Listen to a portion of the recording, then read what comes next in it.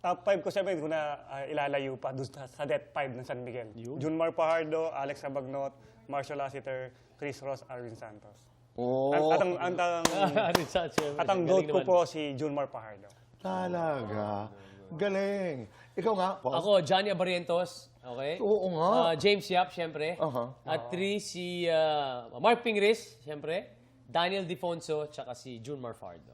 Oh, galing. Ang GOAT mo? GOAT natin, for me, siyempre, sa akin, for me, si James Yap. Galing naman. Ang dami ngayong naglalaro sa South Korea at sa Japan.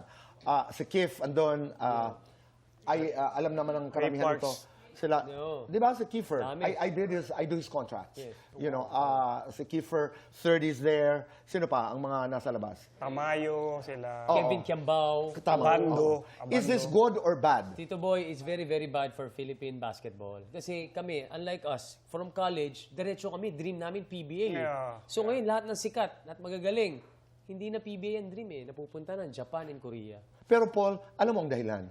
For me, ang dahilan, feeling ko is money. Survival. Yes, Dahil pera. hindi naman, walang pagkakataon dito. At saka ang lifespan ng players ay very short, di ba?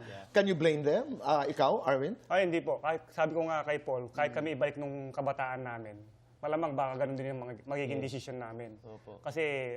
Yung pagkakataon, di ba? Yes, Oo. yung opportunity na tapos ganun kalaking amount. Siyempre, hindi mo po tatanggihan yun eh.